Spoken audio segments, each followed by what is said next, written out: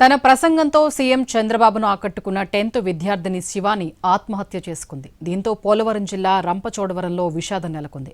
ఈ నెల 24న జరిగిన పేరెంట్ టీచర్ మీటింగ్లో సీఎం చంద్రబాబు పక్కన కూర్చుని శివాని ముచ్చటించింది. ఈ కార్యక్రమంలో శివాని అద్భుతంగా ప్రసంగించింది.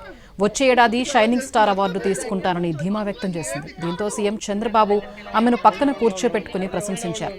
విద్యార్థిని ఆత్మహత్యకు గల కారణాలు తెలియాల్సి ఉంది. రైట్, ఇదే అంశానికి సంబంధించి మరింత సమాచారం మా ప్రతినిధి శ్రీనివాస్ అందిస్తారు. శ్రీనివాస్, విద్యార్థిని ఆత్మహత్యకు గల కారణాలేంటి?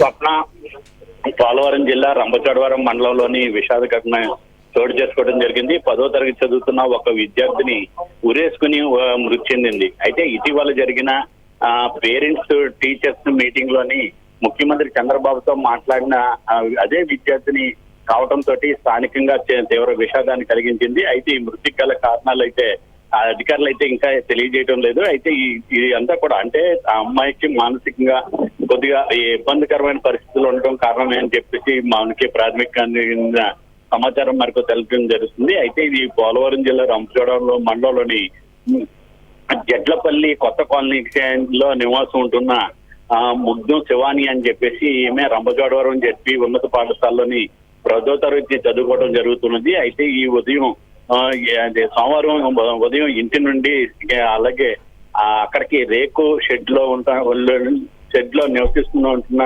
స్థితిలోని ఆమె ఉదయం కుటుంబ సభ్యులు గుర్తించడం జరిగింది. వెంటనే పోలీసులకు సమాచారం అందించడంతో సంఘటనా స్థలానికి చేరుకున్న పోలీసులు మృతదేహాన్ని స్వాధీనం చేసుకుని అనుమానాస్పద మృతిగా కేసు నమోదు చేసి దర్యాప్తుని ప్రారంభించడం జరిగింది. అయితే విద్యార్థిని మృతికి గల కారణాలపై అధికారులు అయితే ఆరా తీయడం జరుగుతున్నది. అయితే ఈ నెల 24న రంపచోడవరంలో నిర్వహించిన మెగా పేరెంట్స్ టీచర్స్ మీటింగ్ కార్యక్రమంలో రాష్ట్ర ముఖ్యమంత్రి చంద్రబాబు నాయుడు పక్కన కూర్చుని మాట్లాడిన విద్యార్థిని శివాని కావడంతో ఈ ఘటన స్థానికంగా తీవ్ర విషాదానికి కలిగించింది. అయితే మృతికి అసలు కారణాలు ఏంటి అనేది మట్టికి అధికారులు అయితే అడిగి తెలుసుకోవడం జరుగుతున్నది.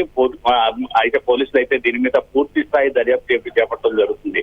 అసలు ఈ విద్యార్థిని ఎందుకు ఆత్మహత్య చేసుకోవడానికి కారణాలు ఏంటి అనే కోణంలోని ఇక్కడ తెలియజేయడం జరుగుతున్నది.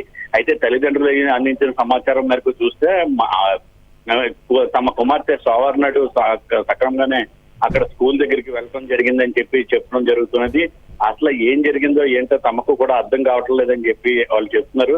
ఈ అన్న మానసికంగా ఈ అమ్మాయి ఆందోళనకు గురయ్యి ఈ రకంగా మనస్తాపం చేసుకుందా, లేకపోతే ఎవరైనా ఏదన్నా ఇబ్బందులకు గురి చేస్తారనే కోణంలో కూడా పోలీసులు అయితే పూర్తి స్థాయిలో దర్యాప్తు చేపట్టడం జరుగుతున్నది. స్వప్న, అంటే శ్రీనివాస్, కుటుంబ సభ్యులు కానీ ఆ అమ్మాయి తోటి స్నేహితులు కానీ ఏమన్నా చెప్పడం జరిగిందా?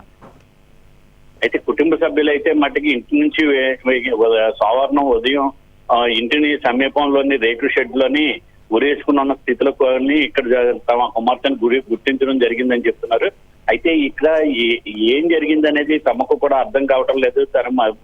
తనైతే మానసికంగా చాలా ఇదిగానే ఉంటది. తనకి ఎటువంటి కుటుంబానికి సంబంధించి ఎటువంటి కలహాలు అయితే ఏమీ లేవు అని చెప్పడం జరుగుతున్నది. అయితే స్కూల్లో పాఠశాలలో ఏం జరిగింది అనేది అయితే మాకు తెలియటం లేదని చెప్తున్నారు అధికారులే.